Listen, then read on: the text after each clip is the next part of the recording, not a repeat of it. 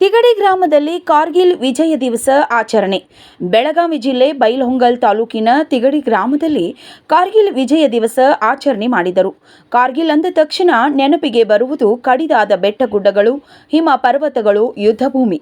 ನಮ್ಮ ವೀರ ಯೋಧರು ತ್ಯಾಗ, ಬಲಿದಾನ ಮತ್ತು ಸಾಹಸವನ್ನು ಮುಂದಿನ ಪೀಳಿಗೆಗೆ ತಿಳಿಸುವ ಉದ್ದೇಶವೇ ಪ್ರತಿ ವರ್ಷ ಜುಲೈ 26ನೆಯ ದಿನವನ್ನು ಕಾರ್ಗಿಲ್ ವಿಜಯ ದಿವಸ ಎಂದು ಕರೆಯಲಾಗುತ್ತದೆ. ತಿಗಡಿ ಗ್ರಾಮದಲ್ಲಿ ಕಾರ್ಗಿಲ್ ಯುದ್ಧದಲ್ಲಿ ವೀರ ಮರಣ ಹೊಂದಿದ ಸೈನಿಕ ಗಂಗಪ್ಪ ರಾಮಪ್ಪ ಮದನ್ನವರ ಪುತ್ಥಳಿಗೆ ಮಾಲಾರ್ಪಣೆ ಮಾಡಿ ರಾಷ್ಟ್ರಗೀತೆ ಹಾಡಿ ವೀರ ಯೋಧರಿಗೆ ಗೌರವವನ್ನು ಸಲ್ಲಿಸಿದರು. ಇದೇ ಸಂದರ್ಭದಲ್ಲಿ ಕಿತ್ತೂರು ಮಾಜಿ ಶಾಸಕ ಮಹಾಂತೇಶ ದೊಡ್ಡಗೌಡರ್, ಬಿಜೆಪಿಯ ಮಂಡಲ ಅಧ್ಯಕ್ಷರಾದ ಶ್ರೀಕರ್ ಕುಲಕರ್ಣಿ, ನಾಗೇಶ್ ಮದನ್ನವರ್ ಮತ್ತು ತೆಗಡಿ ಗ್ರಾಮದ ಮುಖಂಡರು ಹಾಗೂ ಸುತ್ತಮುತ್ತಲಿನ ಗ್ರಾಮಸ್ಥರು ಈ ಕಾರ್ಯಕ್ರಮದಲ್ಲಿ ಭಾಗವಹಿಸಿದ್ದರು. ಇದೇ ಸಂದರ್ಭದಲ್ಲಿ ಕಿತ್ತೂರು ಮಾಜಿ ಶಾಸಕ ಮಹಾಂತೇಶ ದೊಡ್ಡಗೌಡರ್ ಮಾತನಾಡಿದರು.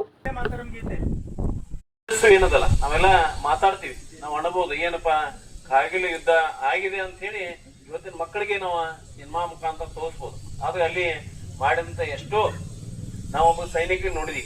ಒಂದು ಉದಾಹರಣೆಗೆ ನಾನು ಹೇಳ್ತೀನಿ, ಇಲ್ಲಿದ್ದಂತ ಮಾಜಿ ಸೈನಿಕ ಗೊತ್ತಿರ್ಬೇಕು, ಪಾಟೀಲ್ ಅಂತಕ್ಕಂಥ ಒಬ್ಬ ಯೋಧ, ಕುಕ್ಕೇರಿ ತಾಲೂಕಿನವರು.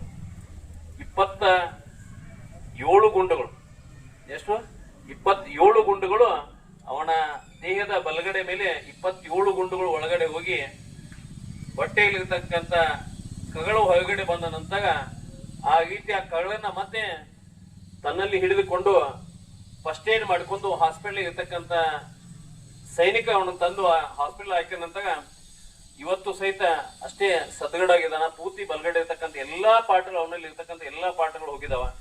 ಇವತ್ತು ಬಂದ ನಿಮ್ ಮುಂದೆ ಏನಾದ್ರು ಅವನ ನಿಂತ ನಿಮ್ಗೆ ಅನಿಸ್ತದ ಇವಳಿಗೆ ಏನ್ ಆಗಿದೆ ಇಲ್ಲ ಅಂತಕ್ಕಂಥ ಸದಗಡವಾಗಿ ಮೆಡಿಕಲ್ ಆಗಿ ಇವತ್ತು ಹೇಳ್ತಾನ. ಏನ್ ಹೇಳ್ತಾನ, ಭಾಗತಾಂಬೆಯ ಘೋಷಣೆಯನ್ನ ಮಾಡಿ ಅವನೇನಾದ್ರೂ ಬಂದು ಇಲ್ಲಿ ಭಾಷಣವನ್ನ ಮಾಡ್ಲಿಕ್ಕೆ ನಿಂತ ಅವನಲ್ಲಿ ಆದಂತ ಒಂದೊಂದು ಕ್ಷಣದ ಘಟನೆಗಳನ್ನ ನೋಡಿದ ಇವತ್ತು ವಿಚಾರ ಮಾಡಿ 27 ಗುಂಡುಗಳು ಮನುಷ್ಯನಿಗೆ ನಾವೊಂದು ಎಲ್ಲೋ ಒಂದ್ ಕಡೆ ಸಣ್ಣದ ಏನಾದಾಗ ಸಪ್ಪಳಾದ ಓಡಿ ಹೋಗಕ್ಕೆ ಶುರು ಮಾಡ್ತೀವಿ.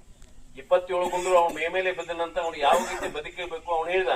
ನಾನು ಬದುಕಲಿಕ್ಕೆ ಒಂದೇ ಒಂದು ಕಾರಣ ನನ್ನಲ್ಲಿರ್ತಕ್ಕಂಥ ಆತ್ಮದೇಗ, ಭಾಗತಾಂಬೆಯ ಆಶೀರ್ವಾದ. ಮತ್ತೆ ನಾನು ಈ ಒಂದು ಭೂಮಿಯನ್ನ ಯುದ್ಧದಲ್ಲಿ ಗೆದ್ದೇ ಗೆದ್ದೆ ಅನ್ನೋ ಒಂದು ವಿಶ್ವಾಸ ಮೇಲೆ ನಾನು ಒಂದು ರೀತಿಯಿಂದ ದೃಢ ನಿರ್ಧಾರ ಮಾಡಿದಂತ ಇವತ್ತು ಚೆನ್ನಾಗಿ ಬದುಕಿದ ಮಾತನ್ನ ಹೇಳ್ತಕ್ಕಂಥ ಕೆಲಸವನ್ನ ಇವತ್ತು ಪ್ರತಿದಿನ ಬೆಳಗಾವದಲ್ಲಿ ಇರ್ತಾವ. ಪಾಟೀಲ್ ಅಂತ ಹುಕ್ಕೇರಿ ತಾಲೂಕದವ ಬಹಳ ಅವನ ಭಾಷಣ ಕೇಳಿದ ನಿಂತಲ್ಲಿ ನಮಗ್ ಕಣ್ಣಾಗಿ ನೀರು ಬರ್ತಾವ. ಆ ಒಬ್ಬ ವ್ಯಕ್ತಿ ಇವತ್ತು ಅಂತ ಉದಾಹರಣೆ ಬಹಳ ಜನ ನಾವು ಕಳ್ಕೊಂಡೇವಿ.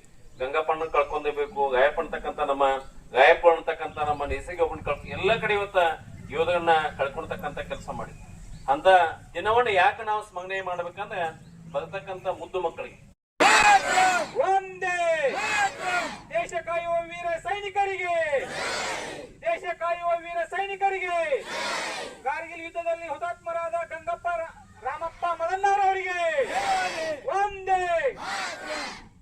ಭಾರತದ ಇತಿಹಾಸದಲ್ಲಿ ಜುಲೈ ತಿಂಗಳು ಒಂದು ಐತಿಹಾಸಿಕ ದಿವಸ ಅಂತ ನಾನು ಹೇಳಿಕ್ ಬಯಸ್ತೇನೆ. ಯಾಕಂದ್ರೆ 1999ರಲ್ಲಿ